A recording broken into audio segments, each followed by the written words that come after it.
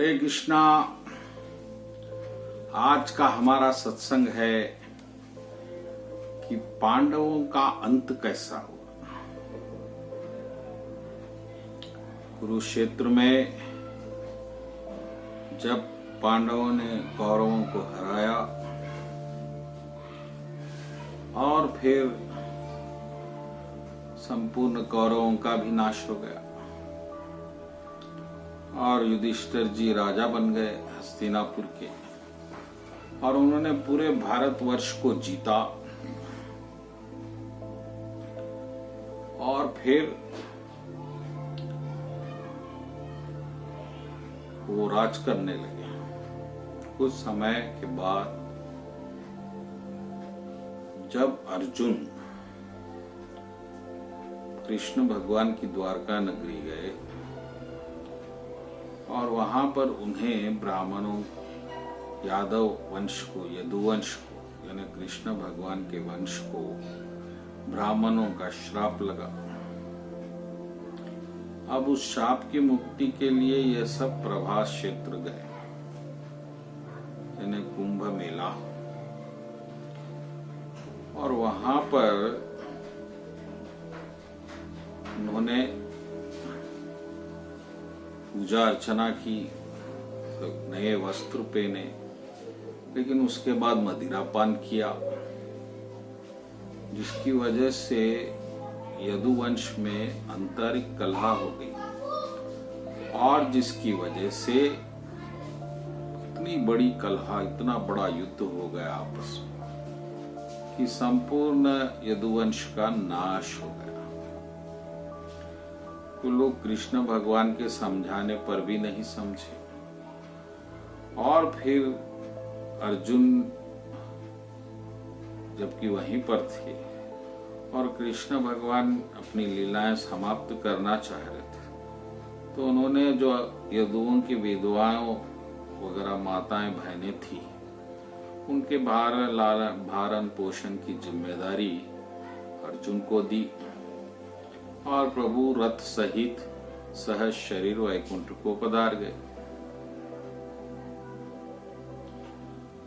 अब अर्जुन तो 8 महीने से अपने भाइयों से बहुत दूर रहे। यहाँ युधिष्ठिर जी को भी चिंता हुई कि अर्जुन का कोई समाचार नहीं आया, सब कुशल मंगल तो है, क्या प्रभु ने लीलाएं समाप्त कर दी। ऐसे कल्पित भय युधिष्ठिर के मन में आने लगे।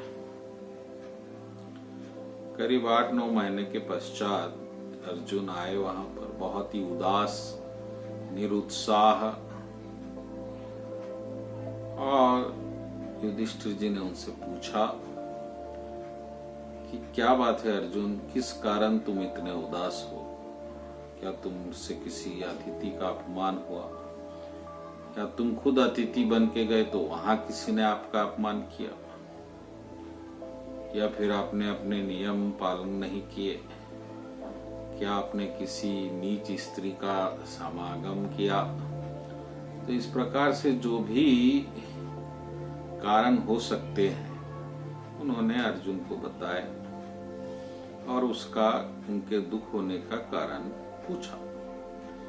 तब अर्जुन ने बताया कि किस तरह से भगवान कृष्ण ने अपनी लीला समाप्त की और वैकुंठ धाम को अपने रथ के साथ पहुंच गए, और किस तरह से यदुओं का नाश हुआ आंतरिक कलह से, ब्राह्मण के श्राप से, सब विस्तार से उन्होंने बताया।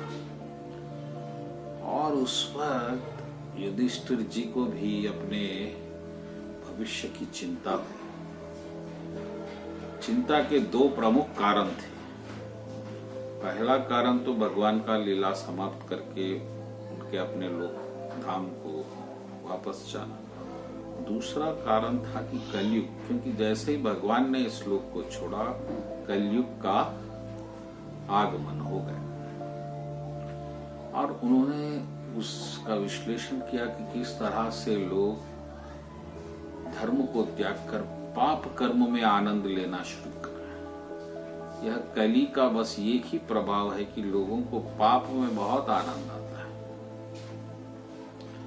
और उनको ऐसा लगता है कि सच का मार्ग, अच्छाई का मार्ग बहुत कठिन है, यानी वो कोई पुरानी वस्तु है। अभी तो सिर्फ कलयुग में पाप ही चलेगा, धन होना है तो पाप करना होगा, ऐसा कुछ ये लोग अपना भाव बना चुके हैं।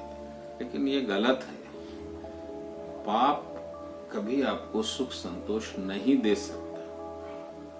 अच्छाई का रास्ता ही सहज और सुंदर रास्ता है, आनंद देने वाला। हाँ, एकदम अति आपको धन वगैरह शायद ना मिले, लेकिन जितना भी मिलेगा उसमें आपको परम आनंद आएगा, इसमें कोई संदेह नहीं।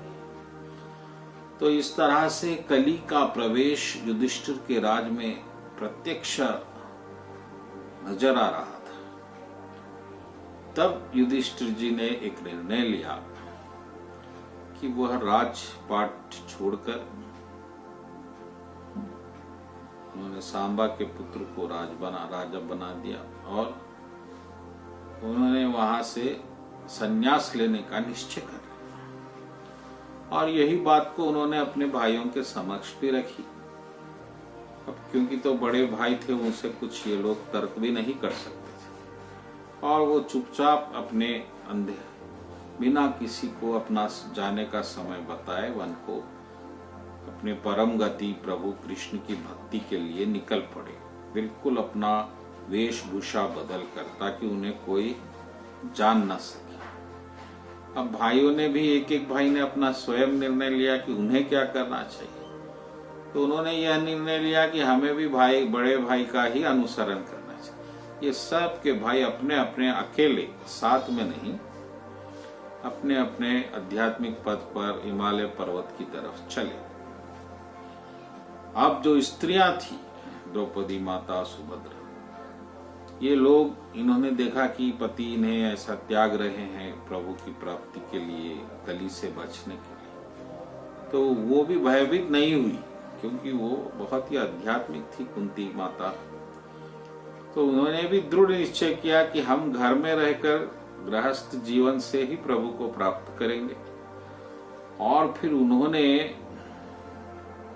अपने घर में प्रभु की दिव्य पूजा शुरू की, और फिर अंत समय में वो भी प्रभु को प्राप्त हुआ। तो इसी तरह से पांडवों ने अपने राज्य का परित्याग किया और